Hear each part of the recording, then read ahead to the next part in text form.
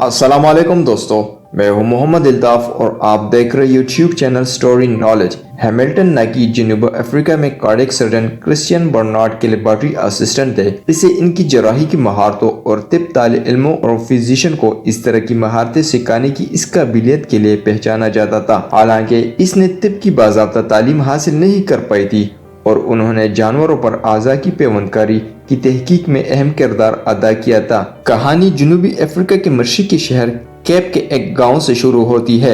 Hamilton नाकी नामी एक लड़का इस गांव में भेड़ चोराने वालों के एक खानदान में पैदा हुआ। इसके वालिद आमतौर पर बीमार रहते थे, इसलिए पैसे कमाने के लिए वो केप टाउन शहर आया। इन दिनों केप टाउन यूनिवर्सिटी बन रही थी तो इसने वहाँ मजदूरी करना शुरू कर दी।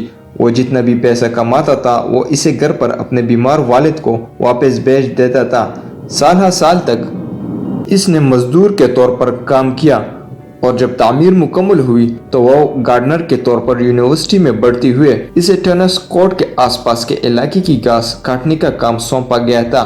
3 साल तक वो रोजाना वक्त की पाबंदी के साथ टेनिस कोर्ट पहुंच जाता और काम शुरू कर देता। यूनिवर्सिटी में प्रोफेसर रॉबर्ट गुड्स ज़राफ़ों पर तहकीक कर रहे थे कि जब वो पानी पीने के लिए गर्दन नीचे करते हैं तो ज़राफ़े बेहोश क्यों नहीं हो जाते।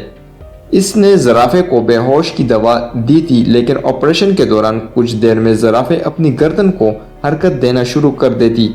इसलिए अब इसे एक मजबूत आदमी की ज़रूरत थी कि वो ज़राफ़े की गर्दन मजबूती से पकड़े। प्रोफेसर गुड्स थिएटर से बाहर आए और एक मजबूत तंदुरुस्त आदमी हैमिल्टन को घास काटते देखा।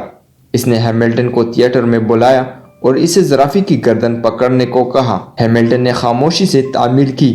ऑपरेशन में मजीद 8 घंटे लगे। इन 8 घंटों के दौरान प्रोफेसर और इनका अमला चाय का वक्फा करता रहा, लेकिन हैमिल्टन ने ज़राफ़े की गर्दन पकड़ी ही रखी थी। ऑपरेशन ख़त्म होने के बाद हैमिल्टन थिएटर से बाहर आया और दोबारा घास काटने लगा। अगले दिन प्रोफेसर गुड्स ने हैमिल्टन को दोबारा ज़राफ़े की गर्दन पकड़ने के लिए बुलाया। यह आहिस्ता आहिस्ता हैमिल्टन की मामूल बन गया। वो यूनिवर्सिटी आता, कुछ देर घास काटता, फिर मुख्तलिफ जानवरों को पकड़कर प्रोफेसर की तहकीक में मदद करता। इस दौरान हैमिल्टन ने कभी भी 2 मुख्तलिफ काम करने के लिए तनख्वाह में कोई इजाफे का डिमांड नहीं किया। हैमिल्टन के खुलूस और लगन से मुतासिर होकर प्रोफेसर ने इसे गार्डनर से लेबॉरेटरी असिस्टेंट के ओहदे पर तरक्की दे दी। अब इसने मुख्तलिफ सर्जनों के साथ लैब और थिएटर में काम करना शुरू किया और यह सिलसिला कई साल तक जारी रहा। गुड्स के जाने के कई साल बाद निकी ने लेबॉरेटरी में क्रिश्चियन बर्नार्ड के लिए बतौर असिस्टेंट काम करना शुरू कर दिया। 1958 में डॉक्टर बर्नार्ड यूनिवर्सिटी में जानवरों की ओपन हार्ट सर्जरी के लिए आए और हैमिल्टन इनके असिस्टेंट बन गए।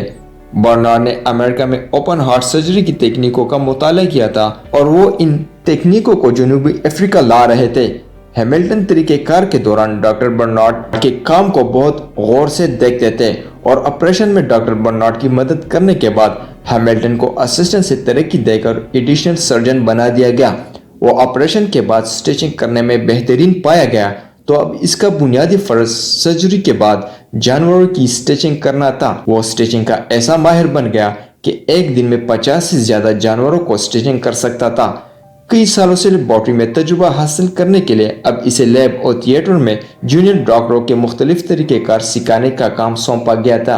अगरचे वो अनपढ़ और तबी इस्तिलाहात से नावाकिफ था, लेकिन वो बहुत से लोगों से बेहतर सर्जन पाया गया।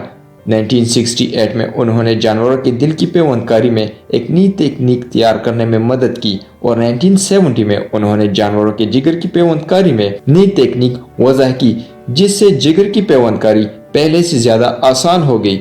हैमिल्टन ने यह संगी मील सख्त मेहनत, मुस्बत सोच और बगैर किसी शिकायत के जारी रखने के अज़म के जरिए हासिल किया। वो 50 साल तक यूनिवर्सिटी से वाबस्ता रहे। इन 50 सालों में उन्होंने खुद कभी तनख्वाह में इजाफे का डिमांड नहीं किया, कभी काम के औकात की शिकायत नहीं की, प्रमोशन के साथ मजीद सहूलियत न मिलने की शिकायत भी नहीं की।